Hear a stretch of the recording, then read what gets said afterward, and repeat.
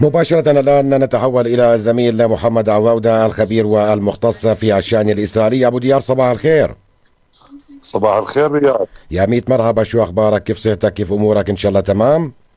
كويس، تحت السيطرة دائما وأبدا، الحمد لله رب العالمين. امبارح والله يا أبو ديار أجب بالي سؤال سألته للناس على صفحتي على الفيسبوك، إنه بنسمع كثير عن ما يسمى بغسيل الأموال، فلان بيغسل أموال.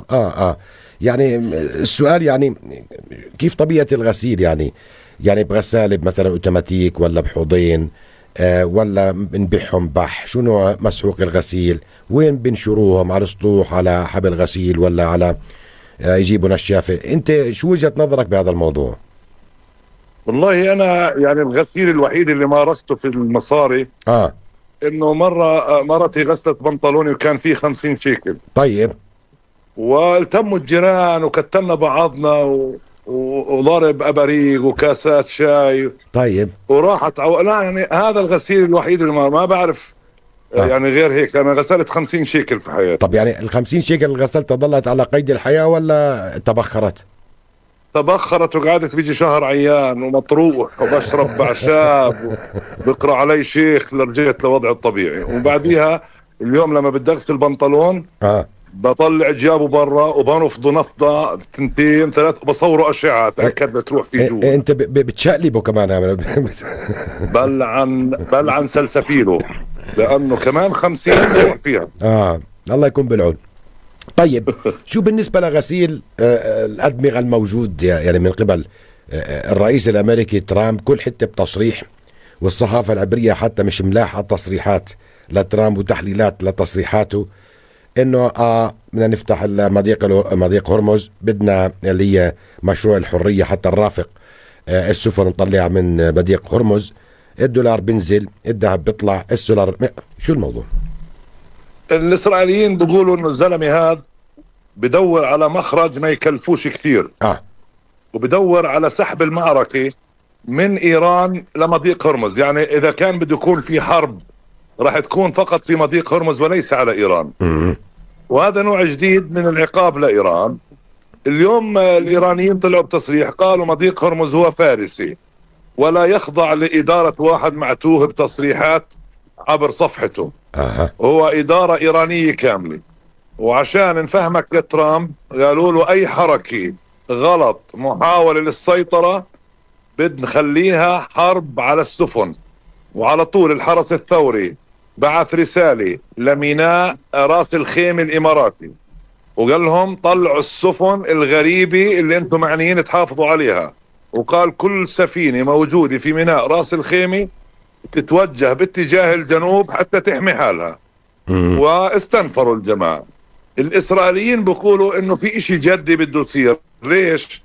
امبارح كان لازم يصير جلسة كابينت، ووجدت رسالة لأعضاء الكابينت على تلفوناتهم الليلة في جلسة كذا. فجأة جتهم رسالة التغى الاجتماع، وراح نتنياهو اجتمع بسموه أقل من كابينت قيادة أمنية مع نتنياهو، قعد 8 ساعات في الاجتماع. اليوم كان لازم في جلسة لأعضاء الكابينت بدل جلسة امبارح، برضو اجتهم رسالة انه التغت. واليوم كان في جلسة استماع لنتنياهو في المحكمة الساعة 1 بالليل. المخابرات بعثت رسالة للقضاة انه نتنياهو لن يستطيع الحضور وذلك لأمر خطير. ففي شيء بده يصير اليوم مش معروف ايش هو التخبط هذا. بالإضافة طبعا لأنه ترامب قال ابتداء من هذا الصباح راح تكون في سفن أمريكية مرافقة للسفن العالقة في هرمز، واللي الطواقم تبعتها أصبحت بدون أكل وبدون شرب وبدون سجاير، بدنا نرافقهم ونطلعهم من هرمز. وإيران بتقول أي سفينة بتتدخل بنضربها. إذا اليوم هو أمر يوم حاسم بتتقرر فيه هل هناك عودة للحرب أو لا. المراسل التلفزيون الإسرائيلي في البيت الأبيض بيقول إنه 14 نقطة اللي قدمتها إيران هي تقريبا مرفوضة تماما، لأنه أهم نقطة فيها اللي هو اليورانيوم. الأمريكي بيقول أول ما نقعد على الطاولة بدنا نحكي على اليورانيوم. الإيراني شو بيقول؟ إنه اليورانيوم بنخليه لآخر شيء. للأول بتسحب سفنك كأمريكي من المنطقة، بتفك الحصار عن إيران وبعديها أو بتوقع على تعهد بعدم مهاجمة إيران. الجلسة اللي بعديها بنحكي في اليورانيوم. فالأمريكي بيقول والله أنا بعد ما أسحب قواتي وبطل عندي قوة ضغط عليكم، شو بده خليكم تخضعوا لي أصلا.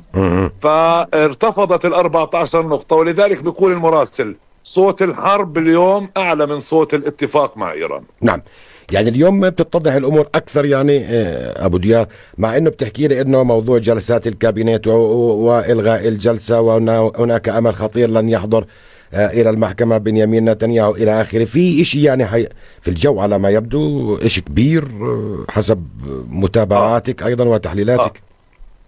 يعني تحليلات الاسرائيليين نفسهم المحللين المختصين في هذا الشأن، يعني كبار المحللين كلهم بيقولوا في اشي. يعني يلغي جلسته، يأجل الكابينت مرتين ويلغيه، يجتمع 8 ساعات فقط مع القيادات الأمنية، المخابرات والاستخبارات والموساد والجيش.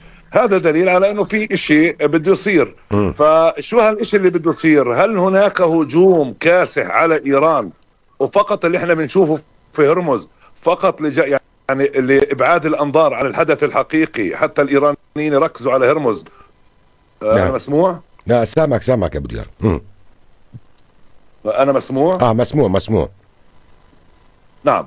هل ما يجري في هرمز هو فقط لسحب الأنظار من إيران حتى الإيرانيين ركزوا على هرمز وبعدها يتفاجئوا بضربة قاضي؟ هذا غير معروف. لكن في حدث بده يصير اليوم. إذا الأمريكي ما نفذش تعهده ألا وهو المرافقة الآمنة زي ما سماها، معناته مهزوم. يعني مثلا الآن على الشاشة الاقتراح الإيراني لن نسلم النووي، وقف الحرب بكل المناطق حتى لبنان، فتح مضيق هرمز بشكل تدريجي. كل هذه النقاط الأمريكي برفضها، وبما أنه أعلن أنه اليوم راح يكون يوم حاسم في هرمز، فمعناته اليوم الأمريكي أمام تحدي، إما أنه ينفذ والإيراني ممكن يرد وفي الحالة هذه تنشب حرب، نعم، أو إنه شوفوا مخرج آخر، ما بعرف. نعم. هذا بخصوص يعني إيران. ماذا بخصوص قطاع غزة؟ يعني بدأت أيضا والله. نعم، سامعني يا أبو ديار؟ سامعني يا أبو ديار؟ أنا سامعك بس النت عندي كويس، عندكم النت منيح عندنا برضه. طلع عليه.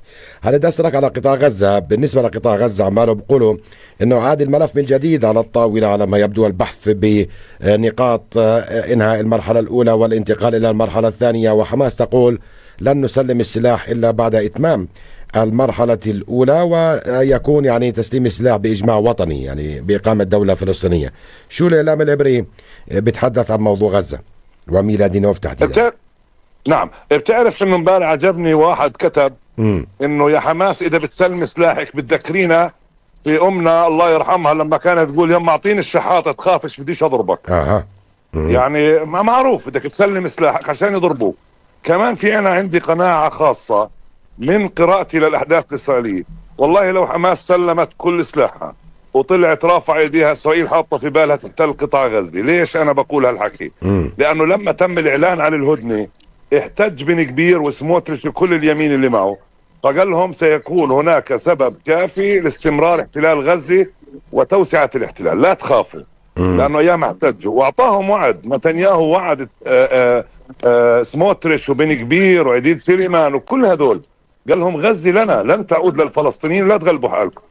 ولذلك يعني الآن أنت بتشوف إنه حماس طبقت كل ما طلب منها في المرحلة الأولى، وإسرائيل لم تطبق أي شيء. يعني إسرائيل في المرحلة الأولى لازم تفتح معبر رفح 24 ساعة، ما فتحته. لازم تدخل كرفانات، ما دخلت. لازم تدخل لجان تصلح آبار المياه حتى الناس يشربوا مي نقية، ما عملت هذا الحكي.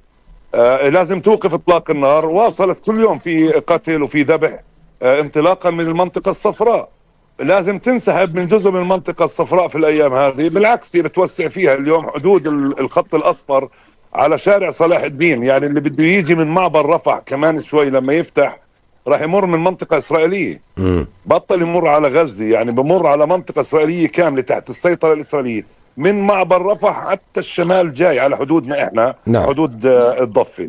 يعني باختصار إسرائيل حولت كل غزة إسرائيلية، وهي الآن الخطة اللي هي حصر حماس والسكان في أقل بقعة جغرافية كدافع للهجرة. نعم. ولم تقدم شيء. فلذلك أنا ما بشوف إنه مستقبل غزة رايح باتجاه تهدئة. إسرائيل حاطة في بالها إنها تسقط غزة جغرافيا وليس فقط عسكريا. نعم، يعني قد تكون يعني أو يكون الحراك الليلة الماضية وإلغاء اجتماع الكابينت أول مرة وثاني مرة، والاجتماع الأمني المصغر أيضا مع رئيس الوزراء الإسرائيلي، قد يكون الهدف غزة هذه المرة مثلا. كل شيء وارد. يعني أصلا امبارح نتنياهو قرر إعادة ملف إيران إلى الطاولة، بمعنى إنه الملفات اللي على الطاولة طوال الفترة الماضية هي لبنان وغزة. وحتى التقرير العسكري اللي قدمه رئيس الأركان بيقول إنه غزة عادت كما هي، عدنا إلى نقطة الصفر. بدنا نذكر إنه رئيس الأركان هو تفصيلي من تفاصيل، يعني نتنياهو فصله خصوصي، لأنه رئيس الأركان السابق كان يقول الحرب العسكرية على قطاع غزة ضرورية، لكن يجب أن لا تستمر ويجب أن ينتج عنها مشروع سياسي. كلمة مشروع سياسي كانت تزعج نتنياهو. شو يعني مشروع سياسي؟ يعني فكرة خاصة بإدارة فلسطينية. نتنياهو بيقول لن تعود غزة فلسطينية، ولذلك غير وجاب رئيس أركان بيقول إنه يجب شن حرب على قطاع غزة.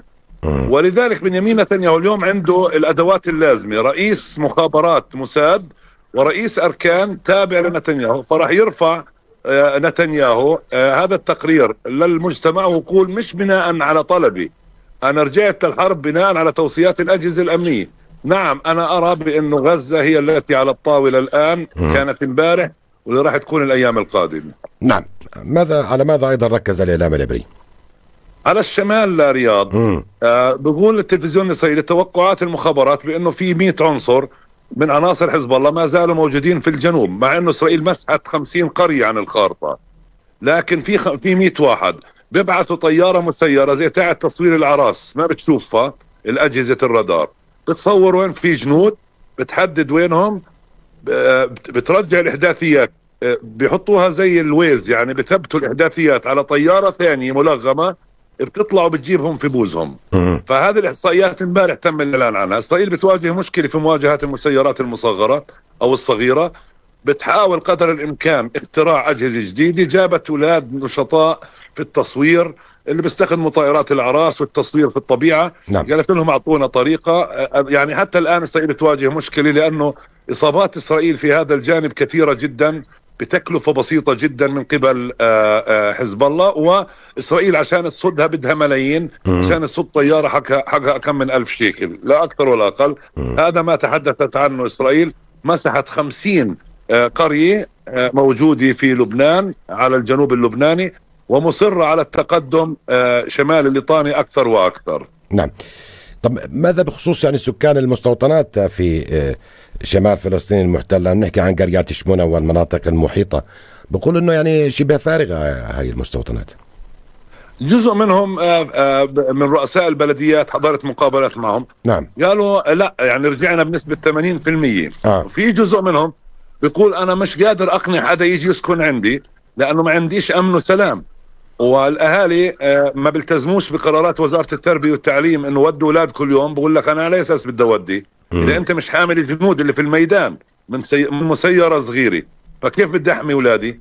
فبلشت في حالة بلبلة. اللي بيخوف في القصة هذا رياض إنه هدول المناطق هم اللي بيصوتوا للليكود، فعشان نتنياهو ما يخسرهم أكيد راح يعمل له عملة ترجع ثقتهم فيه. فعشان هيك كمان ممكن يكون في شيء يعني تصعيد في منطقة جنوب لبنان لإرضاء ناخبي الليكود، لأنه احنا دخلنا على مرحلة الانتخابات. وعادة الليكود معظم أصواته بتتركز في مناطق الشمال، مستوطنات الشمال وفي النقب. ولذلك الخوف وين؟ إنه الدعاية الانتخابية للليكود عشان النقب يرتاح بده هاجم غزة، ويرفع أصواته طبعا، عشان برضو الشمال يرتاح أكيد راح يهاجم لبنان. الحربين هذولا هن المتوقعات أكثر من الحرب على إيران. نعم. أيضا على ماذا ركز الإعلام العبري بالنسبة للضفة الغربية؟ عن جبل ميرون اللي هم هذول اللي مرة وقعوا فيه المتدينين اللي بيروحوا في هذا الموعد من السنة، بولعوا نار، غادوا بصيروا يرقصوا. الحكومة الإسرائيلية منعت هذا الموضوع. أكثر من 200 واحد صبحوا جايبين 50 باص المتدينين، وال50 باص اضرب في 50 وطلعوا على جبل ميرون، والشرطة حاطة حواجز والطوشات قايمة هناك. في كفر قرع تم اطلاق النار على رجل اصابته متوسطه.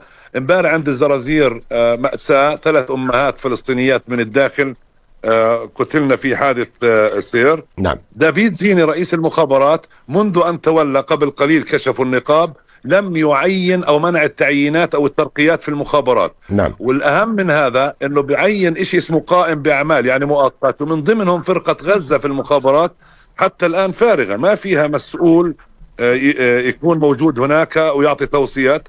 فقط دافيد زيني هو الذي يسيطر. والسؤال ليش لا يتم تعيين في هذا الموضوع؟